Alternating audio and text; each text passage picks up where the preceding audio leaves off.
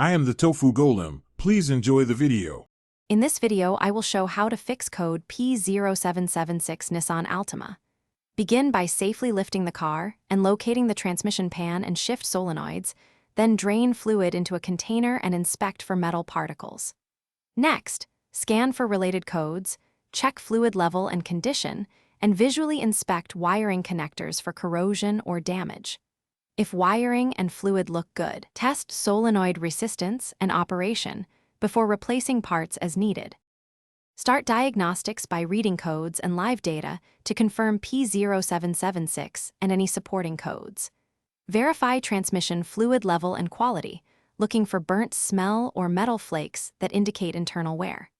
Examine wiring harness and connectors for broken wires, corrosion, or poor seating that can mimic solenoid failure. Use a multimeter to measure solenoid resistance and apply power to observe actuation, comparing results to factory specifications. Quick recommendation: bring your space to life with the Echo Dot smart speaker for music and voice help while you work on your car, making hands-free instructions and timers easy to manage. If you find this video helpful, please subscribe and like to support the channel, and check the description for the link and other deals. Thanks for watching. Now let's get back to the video.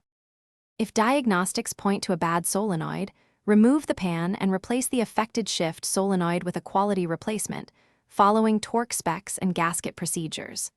Repair any damaged wiring using solder, heat shrink, and dielectric grease to ensure reliable connections.